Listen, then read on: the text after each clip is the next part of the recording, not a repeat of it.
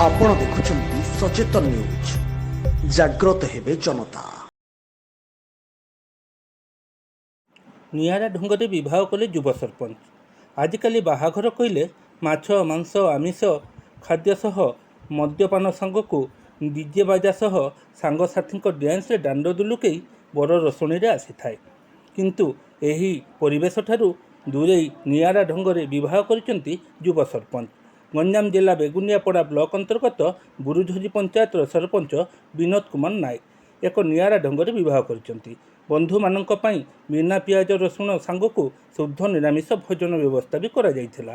ओडिशा समेत ओडिशा बाहररू आसीथिबा समस्त साधुसंतଙ୍କୁ निज बासभवन ठारे फूल चंदन सह पुष्पमाला देई स्वागत करा जायथिला। ଏହା ପରେ ଏକ 7-8 ସାଧୁସନ୍ଥଙ୍କ ଗହଣରେ ଗ୍ରାମ ପରିକ୍ରମା କରିଥିଲେ।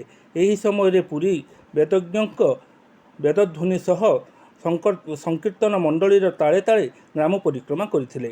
ଏଥିସହ ଶୁଭଶଙ୍ଖ ଧ୍ୱନିରେ ପ୍ରକମ୍ପିତ ହୋଇଥିଲା ସାରା ଗ୍ରାମ। ମନେ ହେଉଥିଲା ସତେ ଯେମିତି ଦେବାଦେବୀଙ୍କ ବିବାହ ଉତ୍ସବ ଅନୁଷ୍ଠିତ ହେଉଛି। ଏହାପରେ ବିବାହ ମଣ୍ଡପକୁ ଯାଇ ସମସ୍ତ ସାଧୁସନ୍ଥ ବରକନ୍ୟାଙ୍କୁ ଆଶୀର୍ବାଦ ପ୍ରଦାନ କରିଥିଲେ।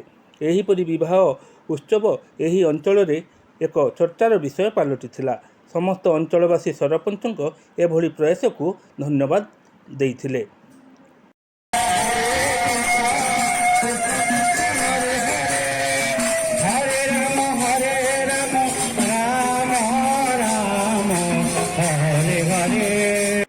खलिकोटरू डॉक्टर अजित कुमार पट्टनायक रिपोर्ट, सचेतन न्यूज।